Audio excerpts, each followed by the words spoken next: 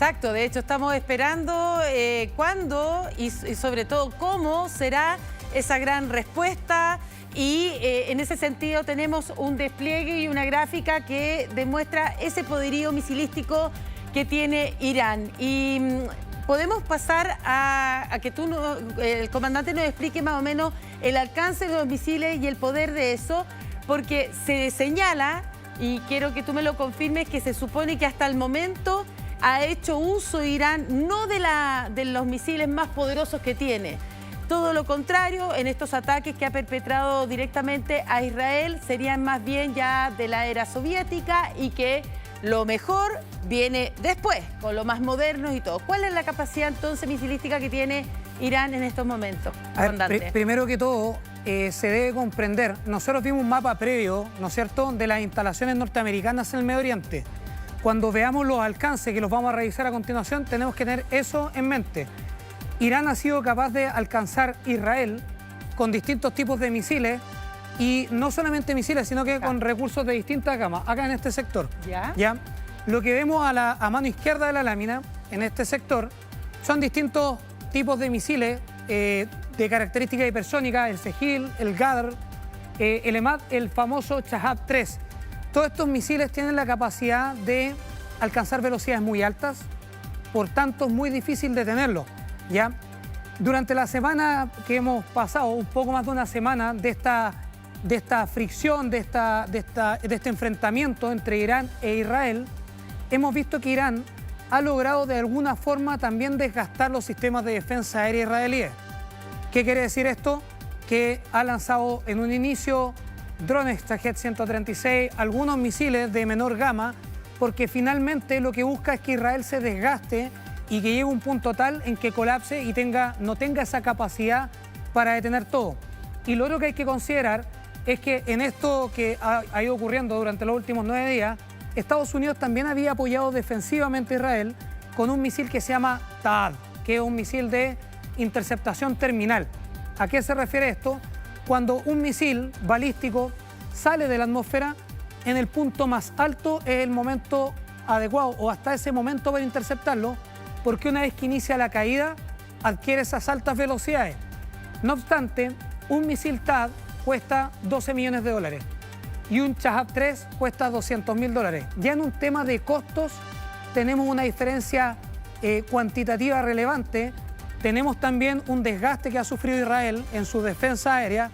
Obviamente esto siempre se puede ir pertrechando o reabasteciendo, fundamentalmente por Estados Unidos, pero vemos que la capacidad de misiles iraníes no ha cesado y de hecho después del ataque norteamericano, Irán atacó a Israel y afectó a Israel en distintos blancos, específicamente cuáles tampoco se sabe abiertamente porque hay ciertas medidas de resguardo de la información que el propio Estado de Israel ha estado implementando para evitar que en el fondo su enemigo Irán sepa si fue efectivo, no fue efectivo, pueda corregir el tiro o realizar alguna otra ofensiva. Las bases militares que tiene apostada Estados Unidos en toda la región, sobre todo en los países que mostrábamos, Siria, Irak, en Bahrein, en Kuwait, en fin, Arabia Saudita, ¿esas bases militares tienen misiles para interceptar ataques de misiles iraníes o solo en el despliegue marino y con estos buques destructores pueden interceptar esos misiles?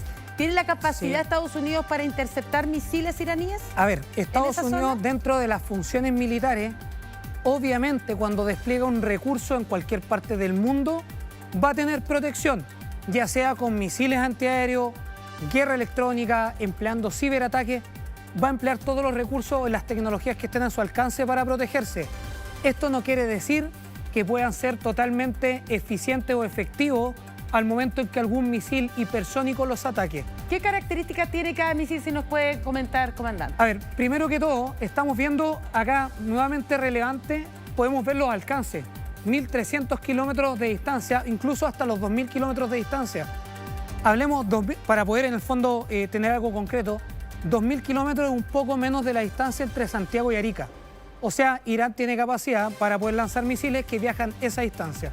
La distancia entre Irán e Israel, 2.300. ¿Este no alcanzaría a llegar a Israel? ¿O podría lograrlo? Depende, porque las distancias, estamos hablando, depende de dónde Irán articule las baterías de lanzamiento. Perfecto. Si lo hace cercano a su frontera, vimos en el mapa anterior que los que tienen 2.000 kilómetros incluso cubren el mar Mediterráneo. Ya. Entonces, en el mapa anterior lo vimos, hasta el mar Mediterráneo. Eso uno. Segundo, hablamos de que tiene capacidad de transportar una cabeza de guerra de 500 kilos. En este caso, todo lo que hemos visto son convencionales. Pero los misiles, básicamente el misil es el medio de transporte. Si Irán, por ejemplo, lograse generar una capacidad de bombas nucleares, podría equipar algunos de estos misiles que tengan obviamente la capacidad de transporte con una cabeza nuclear. Y eso cambiaría totalmente la ecuación. No ha ocurrido, se espera que no ocurra, pero son factibilidades técnicas. Y una carga, hablemos de 500 kilos de explosivo convencional, tiene una capacidad también de daño tremendo. O sea, hemos visto en las imágenes, tanto en Tel Aviv, Haifa, Beersheba y otros sectores de Israel, cómo estos misiles han dañado distintas instalaciones. O sea, ¿qué se puede esperar del resto que nos quiere mostrar, comandante? A ver.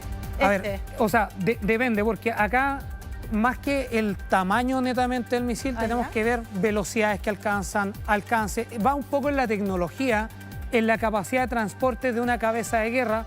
De la familia Gather, podemos ver que puede cargar entre 700 kilos y 1 tonelada de explosivos. Y también vemos por el alcance, dice desde 1.350 a 1.950 kilómetros. O sea, es un misil que tiene una tremenda capacidad para efectuar daño.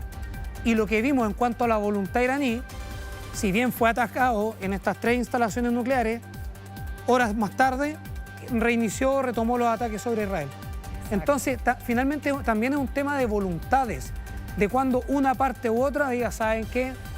Tenemos que detenernos y que pasen a alguna etapa de resolución pacífica del conflicto, o sea, negociación. Sí. ¿Ya?